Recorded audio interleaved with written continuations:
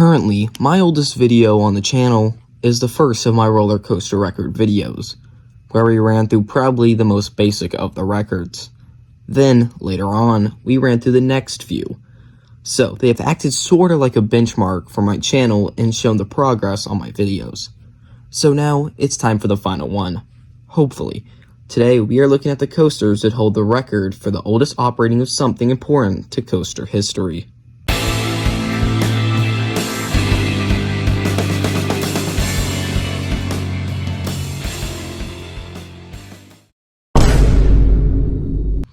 No, I'm actually not talking about the one at Kennywood.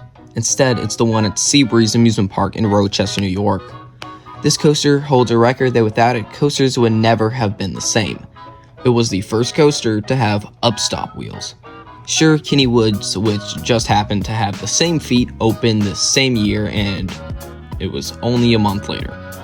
But in case you don't have any idea what upstop wheels are, they are the group of wheels on a coaster that sit below the track and attach to the bottom of the rail to do exactly as the name implies, stop the train from rising up off the track. Without these, coasters wouldn't be safe to do inversions or huge airtime hills, so it's quite a good thing they added these. But actually, even in the same park, there is another coaster with historical significance. But this one didn't actually get the credit it deserves. Bobsleds opened actually as the first ever hybrid coaster in 1954. Most people chalk that record up to New Texas Giant at Six Flags Over Texas, but that isn't true. A hybrid coaster is where a wooden coaster actually has steel track instead of a wooden track, while maintaining the wooden structure. Adding steel track to the wooden coaster can lead to the ability to put inversions on the attraction. But that certainly wasn't the case for this one, as they probably just did it to maintain the longevity of the attraction. Over at the happiest place on earth, Disneyland in Anaheim, California, you can find Matterhorn bobsleds. This attraction was the first to feature tubular steel track. This and upstop wheels, of course, were very important. Without them, we couldn't do elements that we have today, like inversions or crazy banked wave turns. Walt Disney certainly knew what he was doing when he commissioned Aerodynamics to build this. This isn't the first coaster, and it really shouldn't be the oldest operating either. That title should actually be Leap the Dips at Lakemont Park.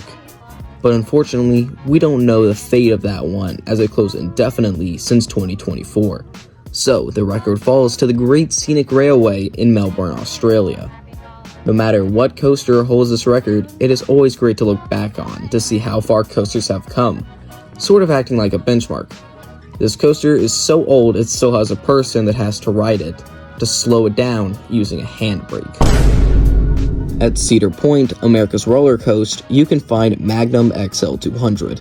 This was the world's first hypercoaster, or first coaster over 200 feet tall. Opening in 1989, it's not like all the other massive modern hypercoasters.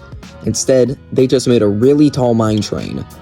But what makes a coaster so special besides being the world's first 200-foot coaster? Nothing. Being the world's first hyper is important on its own, considering the time and the fact it was made during the coaster wars when every park was trying to outdo each other.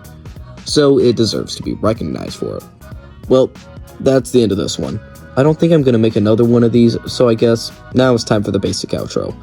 If you enjoyed this video, please subscribe, and have you ridden any of these? Let me know in the comments. Thank you so much, and I will see you next time.